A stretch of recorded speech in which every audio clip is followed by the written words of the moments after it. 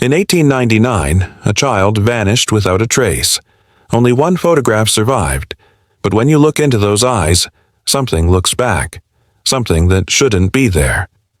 Dr. Sarah Chen had spent 15 years working in the dusty archives of the Historical Society. She thought she had seen everything: old photographs, forgotten documents, pieces of history that most people would never care about. But on a cold Tuesday morning in October, she found something that would change her life forever. The photograph was tucked inside a manila folder labeled Miscellaneous 1899. It was a simple black and white portrait of a young boy, maybe 7 or 8 years old. He had dark hair combed neatly to one side and wore a white collar shirt with small pearl buttons. His name, written in faded ink on the back, was Timothy Matthews. But it wasn't his name that caught Sarah's attention. It was his eyes. At first glance, the boy looked normal. Sad, maybe. Children in old photographs rarely smiled back then.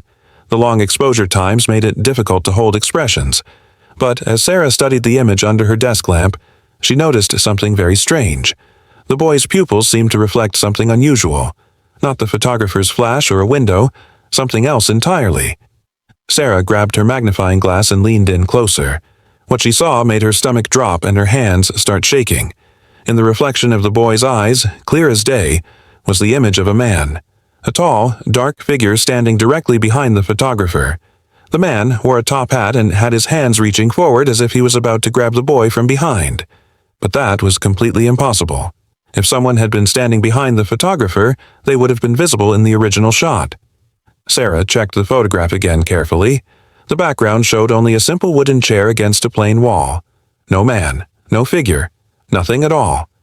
Sarah's hands shook as she set down the magnifying glass on her wooden desk. She had to be seeing things. Old photographs sometimes had strange shadows or unusual reflections. It was probably just a trick of the light or a defect in the film processing. She decided to get a second opinion. Down the hall worked Dr. Marcus Webb, a photography expert who specialized in 19th century images. If anyone could explain what she was seeing, it would be Marcus. "Sarah, this is remarkable," Marcus said, studying the photograph under his professional equipment. "The image quality is exceptional for 1899, but you're right about the reflection in the eyes. There's definitely something there that shouldn't be." Marcus adjusted his specialized lens and took several digital captures of the boy's eyes. When he pulled up the images on his computer screen, both he and Sarah fell silent. The man in the reflection was even clearer in the digital enhancement. He wore a long black coat that reached his ankles and had a pale, gaunt face with deep-set eyes. His fingers were unnaturally long, almost claw-like, and his expression was one of pure hunger, terrifying, predatory hunger. "This makes absolutely no sense," Marcus whispered, staring at the computer screen. "The reflection shows something that isn't anywhere in the photograph." It's like the boy's eyes captured a completely different scene than what the camera actually recorded. Sarah felt a chill run down her spine like ice water. Who was Timothy Matthews? That simple question led her on a deep search through the Historical Society's records. What she found was deeply disturbing. Timothy Matthews had indeed been a real child who lived in their town. He lived with his family on Elm Street in 1899. His father was a shopkeeper who sold dry goods, his mother a seamstress who took in work. They were a normal, working-class family trying to make ends meet. But on November 15th, 1899, Timothy disappeared without any warning. He had been playing in his backyard with his wooden toys when his mother called him for dinner. She went outside to look for him just minutes later, but he was gone. No trace, no witnesses, no clues whatsoever. The police searched for weeks and weeks. They questioned all the neighbors, checked every abandoned building, dragged the nearby river with hooks and nets. Nothing. Timothy Matthews had simply vanished into thin air like he never existed. Sarah found newspaper clippings from that time period. "Local boy missing," read one headline in bold letters. "Search continues for Timothy Matthews," said another from the following week. But after 3 weeks of coverage, the stories stopped appearing completely. The search was called off. The case went cold and was forgotten. But Sarah discovered something else in the dusty records, something that made her blood run completely cold. Timothy wasn't the only child who had disappeared in 1899.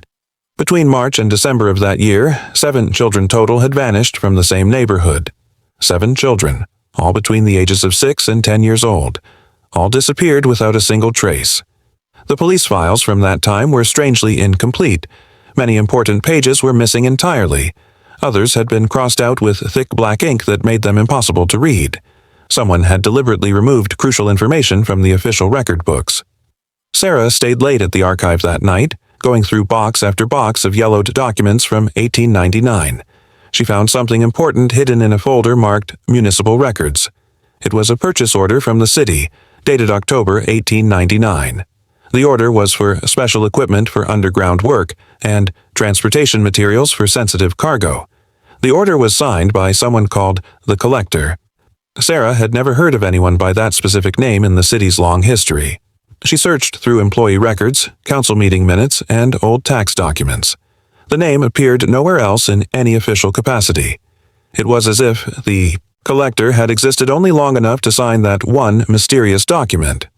But there were more clues. Sarah found a series of telegraph messages between the local police chief and someone in the state capital. The messages were brief and cryptic. 7 packages secured. Transport arranged for Tuesday. Collector satisfied with quality. Operations to continue as planned. The messages stopped abruptly in December 1899. The same time, the last child disappeared. Sarah realized she was looking at evidence of something horrible, some kind of organized operation that had targeted children. But why? And what had happened to Timothy and the other missing children? She decided to research the building where Timothy's photograph had been taken. The photographer's studio had been located on Main Street, in a building that still stood today. Sarah drove there the next morning. The building was now a coffee shop, but the owner told her that strange things had been happening lately. Customers complained about cold spots in certain areas. Some people claimed they heard children crying in the basement. Others said they saw shadows moving when no one was there. Sarah asked to see the basement. It was a typical old building foundation, with stone walls and a dirt floor. But in one corner she found something that made her heart race. Carved into the stone wall were 7 small handprints, child-sized handprints, and below them, scratched into the stone as if by fingernails, were 7 names. Timothy Matthews was one of them. Sarah took photographs of the wall with her phone, but when she looked at the images later, she noticed something terrifying. In each photograph, standing behind her reflection in the stone, was the same tall figure from Timothy's eyes, the man in the top hat, the Collector. That night, Sarah couldn't sleep. Every time she closed her eyes, she saw Timothy's face, those sad, frightened eyes, the reflection of the man reaching out with his long fingers. She went back to the archives the next day, determined to find more answers. In a box of personal papers donated by old families, she found a diary. It belonged to Mrs. Helena Blackwood, who had lived on Elm Street in 1899. The diary entries from November were disturbing. The Matthews boy has gone missing. Poor Mary is beside herself with worry, but I cannot tell her what I saw that evening. She would think me mad. I was watching from my window when Timothy went out to play. A man in a dark coat stood at the edge of the yard. He whistled a strange tune, and Timothy walked toward him like he was in a trance. They disappeared into the shadows together. I have seen the man before. He comes at dusk, always whistling that same tune. The children seem drawn to him like moths to a flame. I tried to warn the other mothers, but they think I am just a superstitious old woman. More children are missing now. 6 in total. I know the man in the dark coat is responsible, but the police will not. Listen, they say there is no evidence, but I have seen him. I have seen the Collector. Sarah's hands trembled as she read the final entry. The Collector came to my door tonight. He knows I have been watching. He told me to forget what I have seen, or I will join the children. I am writing this as my final testament. If something happens to me, let the world know the truth. The Collector is real, and he is still out there. Mrs. Blackwood's diary ended there. Sarah looked up her death record. Helena Blackwood had died in December 1899. The cause of death was listed as natural causes, but she was only 34 years old. Sarah realized she was uncovering a conspiracy that had been buried for over a century. Someone or something had been taking children in 1899. The authorities had known about it but had covered it up. And now, more than 100 years later, the evidence was still being hidden. She decided to take Timothy's photograph to a different expert. Dr. James Morrison was a paranormal investigator who specialized in analyzing unexplained images. If anyone could make sense of what she was seeing, it would be him. "This is extraordinary, Doctor," Morrison said, examining the photograph. "I've seen hundreds of supposedly haunted images, but nothing like this." The reflection in the boy's eyes is capturing something that exists in a different dimensional space. He explained that some researchers believed certain people, especially children, could see things that others couldn't. It's possible that Timothy could see the collector, even when adults couldn't. The camera captured what the boy was actually looking at, not what appeared to be there. Dr. Morrison ran several tests on the photograph. He found that the image had been taken at exactly 6:47 p.m. on November 14, 1899, one day before Timothy disappeared. "This photograph is evidence, Doctor," Morrison said. "Timothy knew he was in danger. Look at his expression. He's not just sad. He's terrified. He can see what's coming for him." Sarah felt sick.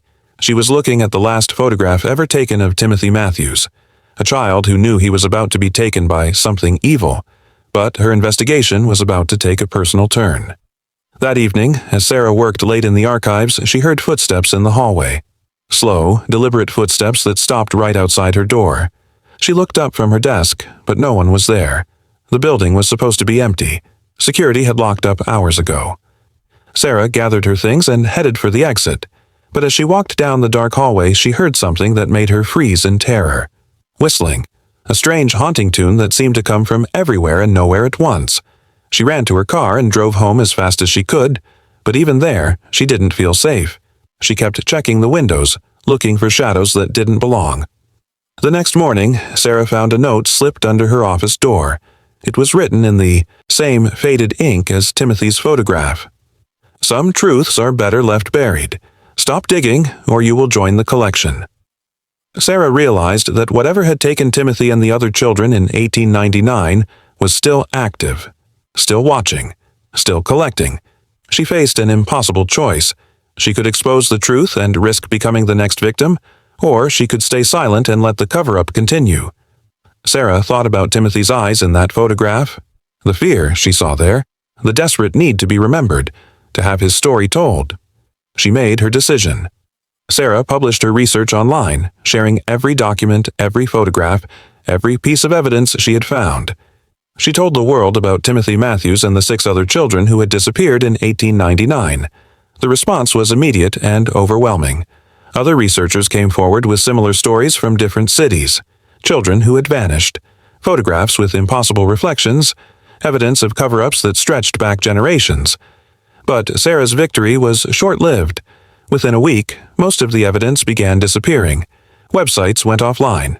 Documents vanished from archives. People stopped talking. Sarah herself found that her memory was becoming foggy. Details that had been crystal clear now seemed uncertain. The photograph of Timothy, her most important piece of evidence, had mysteriously vanished from the archive. But she had made copies, hidden them in places where no one would think to look. And late at night, when she looked at Timothy's face in that photograph, she could swear she saw something new in his eyes. Gratitude. The truth about what happened in 1899 may never be fully known. The evidence is too well hidden, the cover-up too complete. But Timothy Matthews is no longer forgotten.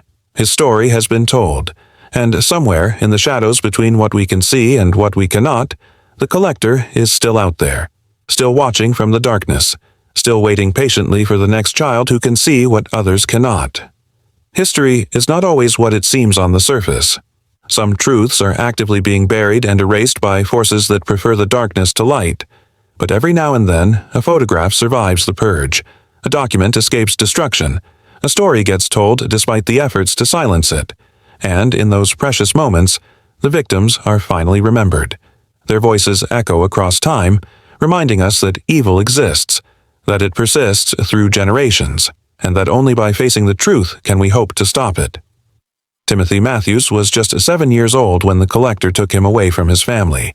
But his eyes, captured forever in that single photograph, still watch us today, still warn us of the danger, still ask us to remember his name and his story.